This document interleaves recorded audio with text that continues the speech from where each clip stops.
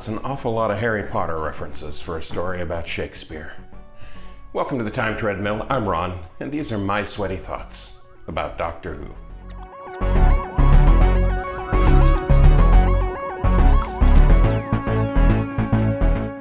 I think my favorite moment in the Shakespeare Code is the point where Shakespeare flirts with the Doctor, which, as a side note, thank goodness Captain Jack wasn't there. We can only imagine how that would have gone. In any case, Shakespeare flirts with the Doctor, and the Doctor responds something to the effect of 57 Shakespeare scholars just shook their hands in anguish, or something like that. And that comment, the number 57, is a specific reference to Shakespeare's Sonnet 57. It's a sonnet that was believed to have actually been written to a man instead of a woman. And also, notably, it's a sonnet that talks about time.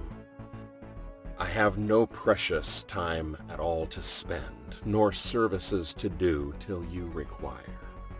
Nor dare I chide the world without end hour, whilst I, my sovereign, watch the clock for you. Yeah, I can do Shakespeare. I'm an actor. Here, I can prove I can do it from memory. But soft, what light through yonder window breaks? It is the east, and Juliet is the sun. Arise, fair sun, and kill the envious moon, who is already pale and sick with grief, that thou, her maid, art far more fair than she. Be not her maid, since she is envious. Look, I know I would never in a million years be cast as Romeo. That's just not a part that was ever for me. I did, however, play Tybalt once. That was kind of cool. If you're not familiar, Tybalt is the dude that Romeo kills and has to get out of town for. And I have to tell you, all you aspiring young actors, if you have a chance to play a death scene, do it. It is awesome. But one word of warning, if you're going to do a death scene and it involves any kind of blood packets, do not die upside down. In my big death scene as Tybalt one night in the performance, Romeo slashed me and I fell down and died, draped dramatically backwards down a flight of stairs.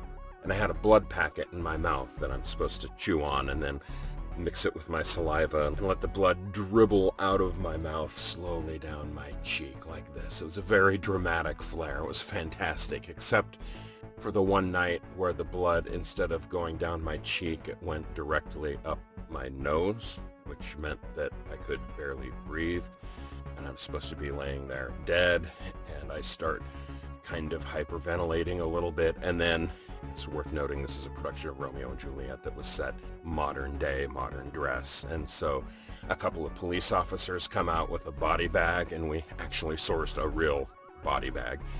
And so they very carefully pick me up and put me in the body bag and zip it closed. And now I'm lying on stage inside this body bag and I can't breathe.